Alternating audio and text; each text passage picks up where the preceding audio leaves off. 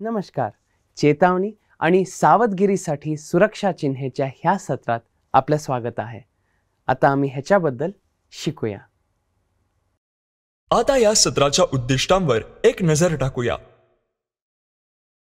या सत्राच्या शेवटी तुम्ही सक्षम व्हाल मूलभूत सुरक्षा चिन्हे आणि त्यांच्या श्रेणी सांगण्यात, राज्य वैयक्तिक सुरक्षा उपाय सांगण्यात.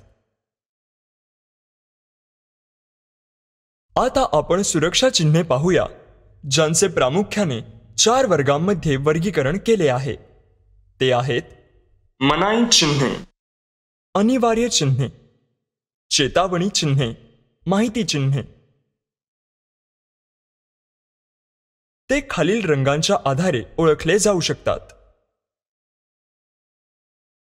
लाल, पिवळा किंवा अंबर, निळा, हिरवा. आता आपण यापैकी प्रत्येकाकडे तपशीलवार पाहू. लाल मनाई चिन्ह: धोकादायक वर्तन, थांबा, बंद करा, खाली करा, अग्नी सुरक्षा. निळा अनिवार्य चिन्ह: विशिष्ट वर्तन किंवा कृती, संरक्षक उपकरणे घाला. पिवळा किंवा अंबर चेतावणी चिन्हे: सावध रहा, खबरदारी घ्या, परीक्षण करा.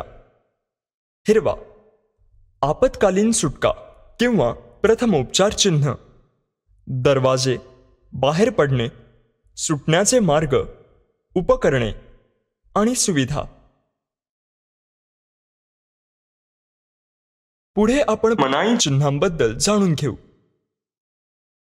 मनाई चिन्हे अशी क्रिया किंवा वर्तन दर्शवतात ज्याला कामाच्या ठिकाणी परवानगी नाही. क्रियेच्या काळ्या चिन्हावर लाल स्लॅशसह चिन्हे लाल वर्तुळ म्हणून दर्शवली आहेत. पांढऱ्या पार्श्वभूमीवर मजकूर काळा आहे. पुढे आपण अनिवार्य चिन्हांबद्दल जाणून घेऊ. अनिवार्य चिन्हे विशिष्ट सूचना देतात ज्यांचे पालन करणे आवश्यक आहे. आयकॉन निळ्या वर्तुळावर पांढऱ्या रंगात आहेत. पांढऱ्या पार्श्वभूमीवर मजकूर काळा आहे.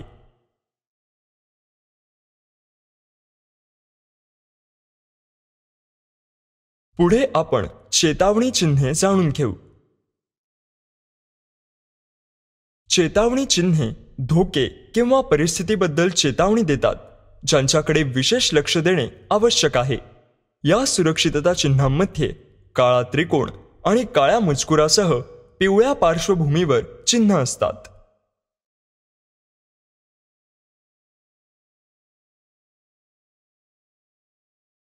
पुढे आपण अत्यावश्यक चिन्हांबद्दल जाणून घेऊ. अत्यावश्यक चिन्हे ही सामान्य माहितीची चिन्हे आहेत जी इमर्जन्सी सुविधांचे स्थान किंवा दिशानिर्देश दर्शवतात. या चिन्हांमध्ये हिरव्या पार्श्वभूमीवर पांढरे चिन्ह किंवा मजकूर असतो.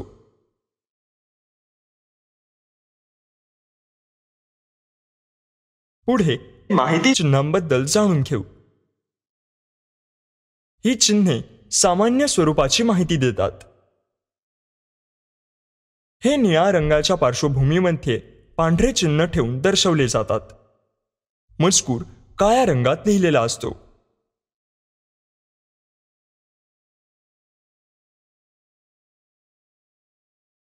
पुढे आपण फायर सेफ्टी चिन्हांबद्दल जाणून घेऊ. फायर सेफ्टी चिन्हे फायर अलार्म आणि फायर फायटिंग इक्विपमेंटचे स्थान सूचित करतात. त्यामध्ये लाल पार्श्वभूमीवर पांढरी चिन्हे किंवा मजकूर असतो.